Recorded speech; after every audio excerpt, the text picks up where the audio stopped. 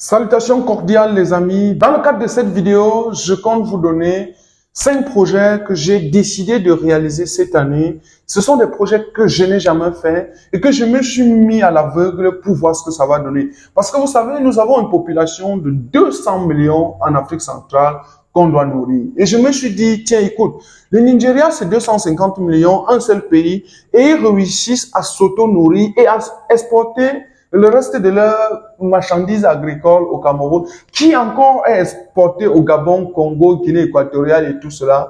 Je me suis mis dans ce simple projet parce que je me suis dit que pour qu'on se développe, la base, c'est la nourriture. Et donc, finalement, il faut qu'on produise. Et c'est pour ça que je me suis engagé dans de multiples voyages à l'échelle internationale pour apprendre à faire, mais surtout pour importer au Cameroun des nouvelles choses. Si tu tiens bien à écouter ces différents 5 projets que je réalise et qui vont forcément t'aider, regarde cette vidéo jusqu'à la fin. Si ça peut changer ma vie, cela veut dire que ça pourra également changer ta vie.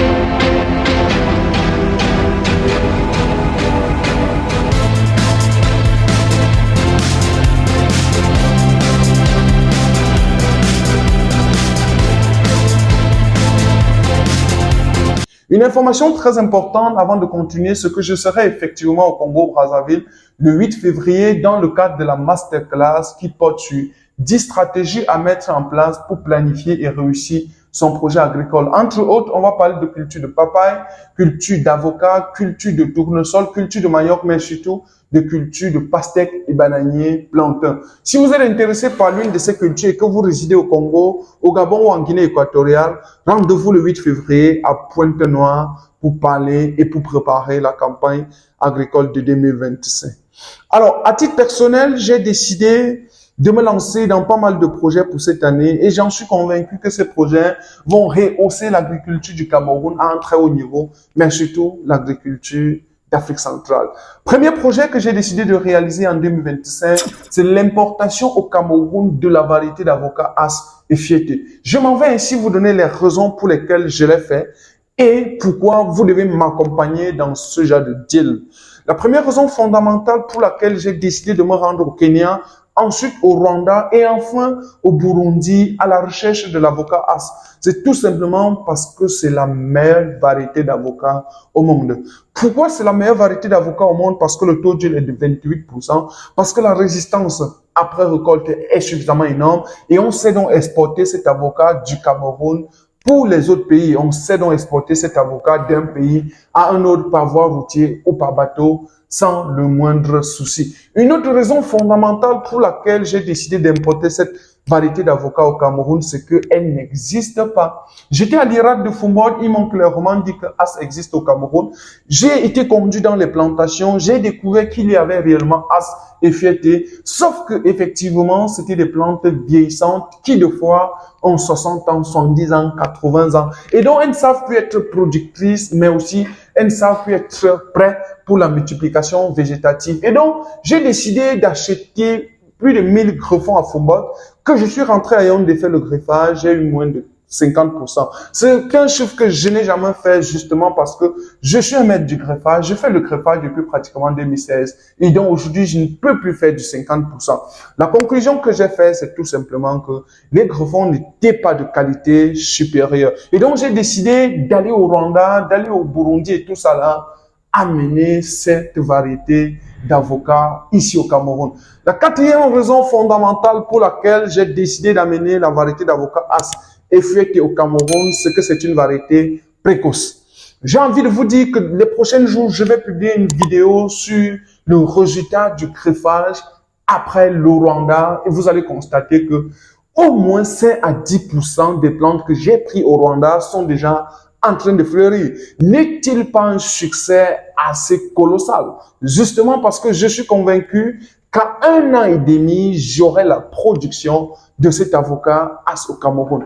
La question que beaucoup me posent jusqu'ici, c'est comment tu vas faire pour vendre? Parce que cet avocat-là ne fait pas bon marché sur le plan local, mais il fait très bon marché sur le plan international. La réponse à cette question est farouche. J'ai rencontré des exportateurs en Ouganda qui exportent 30 tonnes d'avocats par jour et tous les jours et ils sont en quête permanente de l'avocat. Et donc, si vous savez faire 30 tonnes, il s'agit ici de faire le mécanisme entre le transport jusqu'au magasin de stockage et de conditionnement et jusqu'au port de Douala ou de Kribi et l'acheminement vers la France, vers Dubaï et même vers la Chine où le Kenya est en train de conquérir le marché. Et donc, finalement, si vous avez un projet très porteur, productif sur la culture d'avocat à long terme, dont vous allez augmenter très rapidement les superficies pour conquérir le marché européen, je vous recommande de choisir et de considérer la variété d'avocat As. La chance qu'on a, c'est que je suis flexible. Je peux encore rentrer au Rwanda, au Kenya, au Burundi et tous ces pays-là à la recherche de cette même variété. Parce que pour tout vous dire, je suis rentré du Rwanda avec juste 6000 plantes.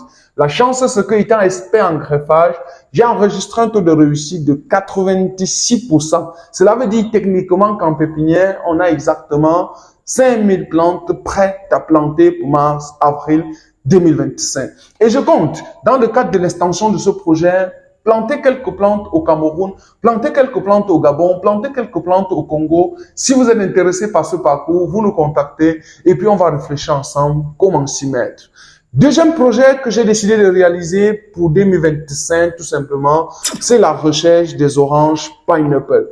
J'étais à l'Institut national des statistiques au Cameroun. J'ai été dévasté de savoir que le Cameroun importe les oranges du Nigeria à la hauteur de plus de 7 milliards de francs CFA chaque année.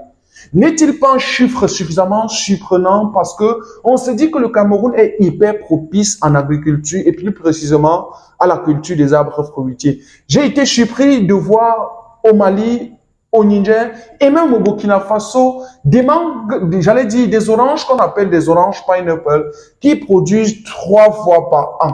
Je n'avais pas le choix, je suis rentré avec des greffons. J'ai fait le greffage ici au Cameroun également et on a également enregistré le même taux de réussite. La raison fondamentale pour laquelle j'ai décidé d'amener les oranges pineapple au Cameroun, c'est à cause du taux de jus très élevé dans ces oranges. Première raison, les oranges produisent 3 fois par an. Deuxième raison, le taux de jus est très élevé. Pour ceux qui comprennent l'anglais, pineapple vient de ananas, ça dit juteux, j'allais dire précieux, délicieux et tout ce que vous pouvez imaginer. Alors, ce même mois de janvier, je retourne au Burkina Faso à la recherche de plus de 10 000 greffons d'orange pineapple. Parce que les commandes débordent. Tous ceux qui sont, j'allais dire, en Gandéré, Garaboulaye, Bankim, bref, Mayo, Banyo, toutes ces zones-là, ils savent la quantité d'oranges qui quittent le Nigeria tous les jours pour ravitailler le marché de Douala, de Yaoundé, de Bafoussam et toutes ces villes que vous pouvez maîtriser. Et la question, c'est pourquoi au Cameroun, on ne sait pas produire assez de mangue? La bonne réponse, c'est qu'on n'a pas de variétés aussi assez percutantes. Les seules variétés que nous produisons, c'est des variétés comme Thompson, très connues en Bafia, très connues dans d'autres petites villes du Cameroun, qui ne peuvent jamais faire plus de 10% de la production, de la consommation d'orange. Et c'est pour ça que l'orange de 5 ans n'existe plus sur le marché. Le plus petit fruit d'orange aujourd'hui, c'est 115, 100 francs, et on va vous dire de 200, et vous ne comprenez rien. Et donc, j'ai décidé de réaliser ce projet d'abord pour moi-même, mais ensuite pour vous aussi, parce que je me dis que orange, c'est le meilleur fruit qui est suffisamment riche et qui peut nous sauver la vie.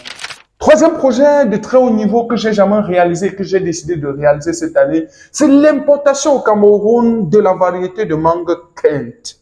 Pendant très longtemps, j'ai acheté toujours des greffons partout ailleurs, croyant que c'était la variété de mangue Kent, pour la principale raison que la couleur était aussi assez colorée, qui tend vers rouge, je ne sais pas trop vous expliquer, mais vous savez de quoi je parle. Parce qu'au Nord Cameroun, il y a cette variété de mangue sauvage qui donne des très gros fruits, qui sont très bons, mais en fait, ce n'est pas la mangue Kent. J'ai reçu ici au bureau un exportateur de mangue vers l'Italie, la France et tous les autres pays que vous pouvez imaginer.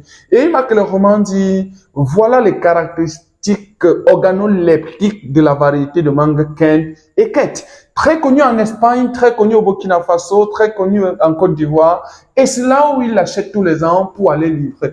Clairement, pour ne pas vous mentir, je rentre au Burkina Faso justement aussi parce que ce même mois de janvier 2025, je vais importer au Cameroun plus de 5000 greffons de mangue Kent, que je vais faire le greffage ici, et puis forcément, j'aurai de la production. Pourquoi j'ai choisi le Burkina Faso? Parce que le Burkina Faso est aujourd'hui un pays désertique, mais c'est le premier pays exportateur de mangue en Afrique. Un pays désertique qui exporte de la mangue, cela veut dire que partout au nord Cameroun et dans le centre-sud-est, on peut clairement produire cette mangue-là et de s'en sortir. En tout cas, j'ai déjà quelques pieds que j'ai produits, j'ai fait planter en Balmayo et vous savez que je suis en production. Lorsque j'ai amené l'exportateur, il a été explosif et il m'a demandé pourquoi n'as-tu pas fait 100 hectares? Et je lui ai répondu, en principe, je ne peux pas faire 100 hectares pour plusieurs raisons. Il n'y a pas assez de semences au Cameroun. Deuxième raison, le facteur foncier est très compliqué. Il n'y a pas assez de finances. Lui, il m'a dit ceci. Quand vous serez suffisamment structuré et organisé, vous octroyer des financements ne sera rien.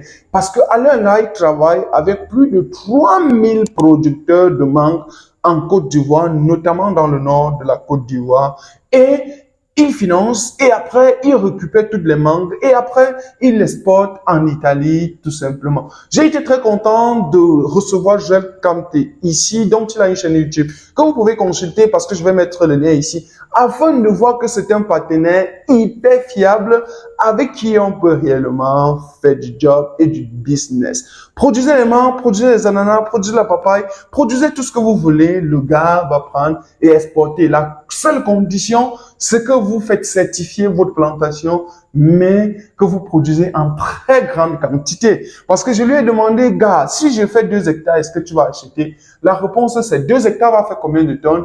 J'ai dit, ça va faire 20 tonnes. Il m'a dit, Évariste, là où on est, un voyage, c'est 20 tonnes et on ne sait pas livrer un marché une seule fois. Assure-toi de faire au moins 3 mois dans le marché et donc de produire au moins 400 hectares. Et donc, je vous invite à travers cette vidéo de pouvoir considérer la variété de mangue Kent qui est très intéressant et développer un projet là-dessus. Je suis convaincu qu'on pourra s'en sortir. Je vais faire un voyage au nord Cameroun pour revoir davantage la variété sauvage de mangue brillante, rouge qui existe et de comparer avec les caractéristiques organoleptiques de la variété Kent qu'on m'a donné ici au bureau. Quatrième projet de 2025 que je réalise et que je n'ai jamais réalisé, c'est la production en masse des pifs de bananier plantain. Les amis, j'ai fait quelque chose de magique. Vous savez, aujourd'hui, je récolte approximativement 300 régimes de plantain sur 2 semaines. Pourquoi je le fais? Je le fais parce que j'ai associé à 10 hectares d'avocats, tout simplement, 10 hectares de bananier plantain. Et lorsque je suis parvenu à la récolte, j'ai atteint ce qu'on appelle la santé financière. La santé financière, c'est tout simplement l'étape où je n'investis plus au champ et tous les jours, je gagne de l'argent. Et j'ai compris que cela n'est possible que par le biais du bananier plantain. Première raison, le bananier plantain fait juste 12 mois et vous entrez en production. Deuxième raison, plus vous récoltez le bananier plantain, plus vous récoltez le bananier plantain. Pourquoi? Parce que plus vous récoltez, plus les petits sortent et davantage vous devenez riche. Quelqu'un a fait un calcul théorique ici. Quel est le nombre de régimes que tu récoltes l'année? J'ai ouvert mon ordinateur, je suis Excel, et j'ai constaté que ayant planté 10 000 pieds de bananier plantain, j'ai récolté pour la première année 16 000 régimes de plantain. Et la deuxième année que j'attends, je vais vous donner également les chiffres parce que la statistique prouve plus vous récoltez tout simplement le bananier plantain. Mon histoire avec le bananier plantain est farouche et je m'en vais vous le dire maintenant. Ce qui s'est passé, c'est que lorsque j'étais plus jeune, lorsque j'étais à la phase Archan en tant que cycliste d'ingénieur, j'avais l'habitude de faire les pommes de terre sur un espace donné qui était de 4000 mètres carrés. Et un de ces jours, puisque la licence professionnelle nous tenait tellement, j'ai décidé d'abandonner les pommes de terre. Mais quelqu'un m'a dit, écoute, mets du plantain dans cette parcelle. Vous savez quoi? Un an après, j'ai commencé à récolter pratiquement une cinquantaine de régimes tous les mois. Imaginez cet étudiant qui a 150 000 toutes les semaines, les amis. Presque toutes les semaines, les amis. C'était énorme. Et du coup, ça m'a permis d'être très conforté et reconforté à l'école. Et j'ai été suffisamment très concentré et validé le Master 1, le Master 2 avant d'arrêter complètement et de comprendre que voilà la culture dans laquelle je dois me lancer plus tard. Il s'agissait du bananier plantain. Et aujourd'hui, donc, j'ai la capacité de vous produire le PIF à juste 125 francs CFA et de distribuer partout au Cameroun. Comment je le fais? Vous me contactez et je suis convaincu que je pourrais vous donner le guide pratique de production des PIF, mais surtout le contrat de production des PIF, soit chez vous, soit chez moi. Dans tous les cas, je suis convaincu que ce soit au Gabon, Guinée équatoriale, Congo et tous ces autres pays-là, je peux vous produire des PIF sur place en masse. Mais attention, ce sera très difficile que je vous livre moins de 10 000 PIF parce que là, on est parti pour un objectif de plus de 2 millions de PIF cette année 2025. Pourquoi? Parce qu'on a suffisamment de rejets désormais. Pourquoi encore? Parce qu'on a suffisamment sélectionné des variétés comme Bata, Big Banga, French moyen, French Jean et tout ce que vous pouvez imaginer. Donc les gars, le projet PIF ou bien le projet de production de bananes plantain, pour moi aujourd'hui, c'est énorme. J'ai fait plusieurs jours au marché mondial à Ambaminko, au cours de laquelle j'ai constaté la quantité de plantains qui quittent le Cameroun pour le Gabon. Et j'ai été surpris que ce soit assez énorme. Et on m'a dit, il y a un raccourci au Gabon pour aller au Congo, et puis pour aller en Tanzanie, et pour aller dans tous ces différents pays-là, jusqu'en Afrique du Sud. Mettez-vous prêts, vous pouvez produire du banane plantain ici à Yaoundé, et on consomme en Afrique du Sud. Faites gaffe, profitez de cette vidéo et lancez-vous. Dernier projet ou cinquième projet que j'ai décidé de réaliser en 2025 ou cette année et que je n'ai jamais réalisé, c'est la production de la culture de papaye. Parce que tout le monde a finalement compris que la papaye, c'est la culture la plus rentable.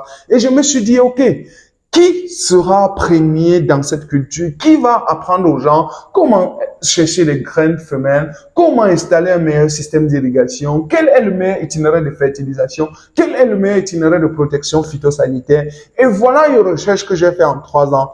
Et je suis à la fin de cette recherche. Et je puisse vous rassurer à 100%.